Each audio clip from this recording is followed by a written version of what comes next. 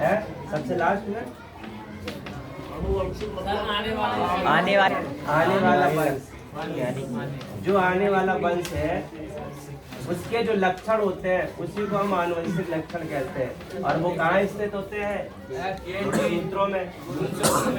और सूत्रों में सबसे ज्यादा नीचे जीन में जीन जो इकाई होती है, ग्रुप ऑफ जीन बोलते हैं, ग्रुप ऑफ जीन बोलते हैं गुणसूत्र। और गुणसूत्र कहाँ पाया जाता है? केंद्र। ठीक है, गुणसूत्र का ग्रुप नहीं होता। ये है, ये एक्स की संरचना में एक दूसरे से ऐसे होते हैं। ये गुणसूत्र केंद्र में पाए जाते हैं। यहाँ पर एक केंद्रिका भी पाई जाती है। पढ़ाई नहीं है तो क्या करता है? अब ये देखो यार, डीएनए प्रतिकृति बनाता है। क्या बनाता है? समझते हो? फोटोकॉपी।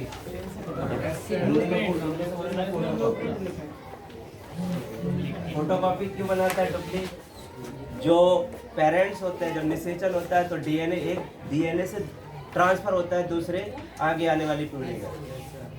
तो जो डीएनए ट्रांसफर हो जाता है तो वहां जाकर के अपने पेरेंट्स की, अगर मेल, अभी मैंने बताया एक्स वाई, तो एक्स वाई का प्रतिरूप बनेगा। यानी कि जो डीएनए होता है, डीएनए से ही वहां पर दूसरा डीएनए निर्मित होगा जाकर के। उसी को कहते हैं डीएनए का प्रतिकृति। क्योंकि जो आगे आने वाली संतान है, अब ऐसे तो होगी नहीं कि उसमें डीएनए ना जाए।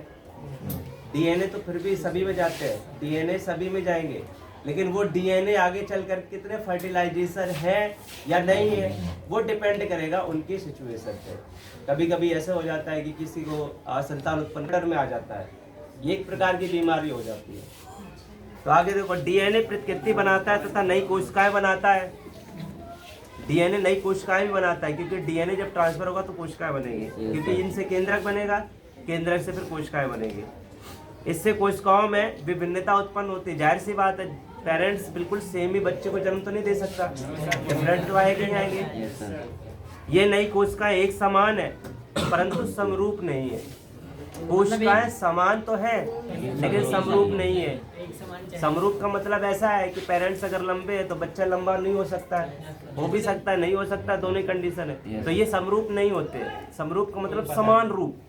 पेरेंट्स का समान रूप तो नहीं आ सकता। तो लेकिन ये जो जुड़वा है वो तो एकदम सेम दिखते डिट्टो। सर वो वाला क्या सिस्टम होता है फिर? ये केंद्रक एक है। हाँ। एक टाइम में एक ही गुणसूत्र एंटर करता है। हाँ। जगह मिल गई तो दोनों गुणसूत्र एंटर हो जाएंगे, दो केंद्रक बन जाएंगे। अंदर जाकर के तो एक ही केंद्रक बनाएगा, जाकर के एक ही जाइगोट निर्मित होगा। जब दो चले जाएंगे तो दो अंडाणु से मिलकर के दो जाइगोट बनाएगा। तो दो जाइगोट बनाने का मतलब होगा दो बेबी आ जाएंगे। ऐसा है। विभिन्नता का महत्व। अब नीचे आता है विभिन्नता का महत्व क्या होता है। लंबे समय तक प्रजाति की उत्तरजीविता बनाए रखने में उपयोगी। देखो इसमें थोड़ा समझने वाला चैप्टर है। विभिन्नता का महत्व क्या है? जीव स्पीसीज की उत्तरजीविता बनाए रखने के लिए अगर हम इनका उपयोग भी नहीं करेंगे तो हमारे लिए हानिकारक है। तो जीने के लिए हमें इनका भी उपयोग करना है।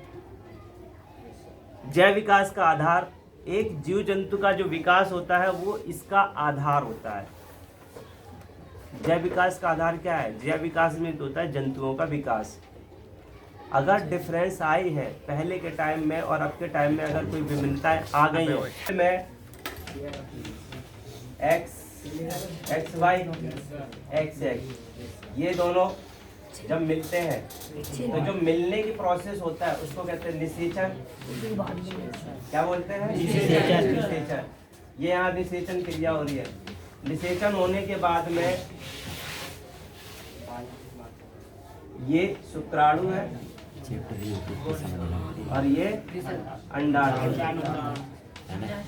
शुक्राणु अंडाणु जब मिलते हैं तो मिलने की प्रक्रिया को निषेचन कहते हैं। तो जब मिल जाते हैं तो एक संरचना बनाते हैं जिसको कहते हैं युग्मक। इंग्लिश में बोलते हैं जाइगोट। ये जब संरचना बन जाती है तो ये जाती है कहाँ? गर्भवती में।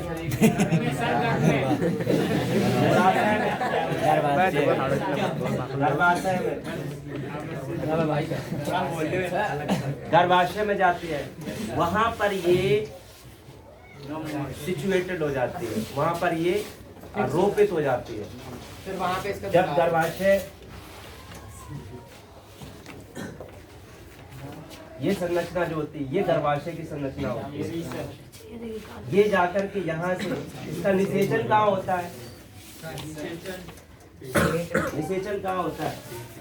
साइड में, साइड पर शुक्राणु होते हैं, करोड़ों शुक्राणु अंडाणु होते हैं। अंडाणु पहले से ही मौजूद रहते हैं। जब बेबी जन्म लेती है तभी उसमें अंडाणु करोड़ों पहले से ही मौजूद रहते हैं।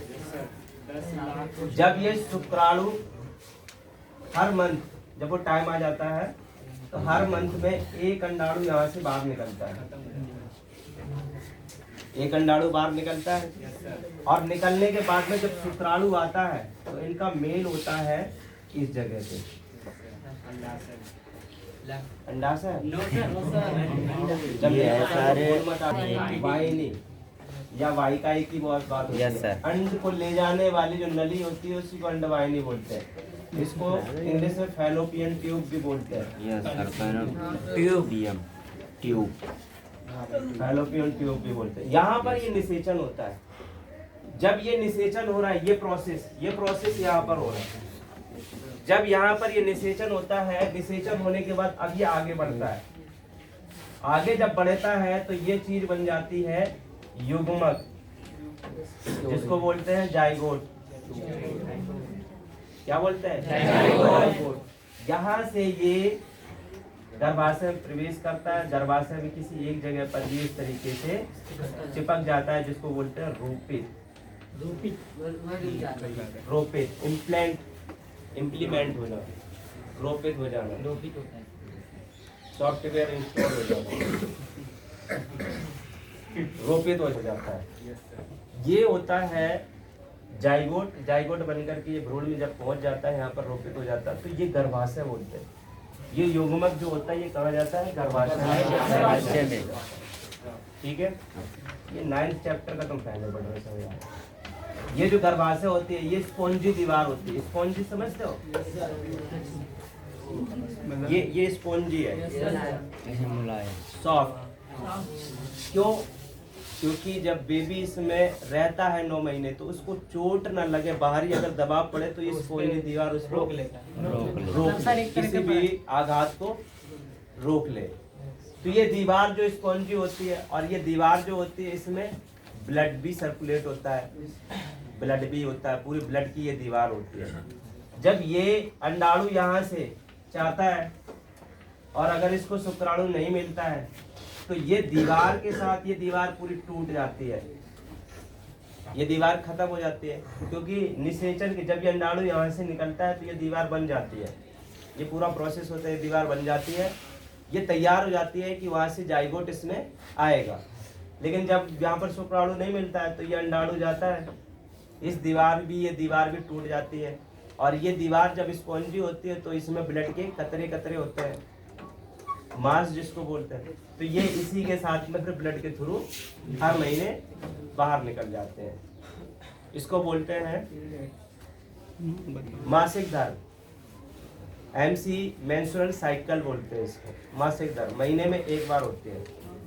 एक अंडाणु हर महीने एक्टिव होके बाहर आता है। जब उसको शुक्राणु नहीं मिलते हैं तो इस दीवार को तोड़ने के साथ में बाहर निकलते हैं। इसी को कहते हैं मासिक धर्म। सर इसका जो मिनिमम एज जैसे 12 से 13 13 बता दो। मैक्सी उसको मेनार्की बोलते हैं।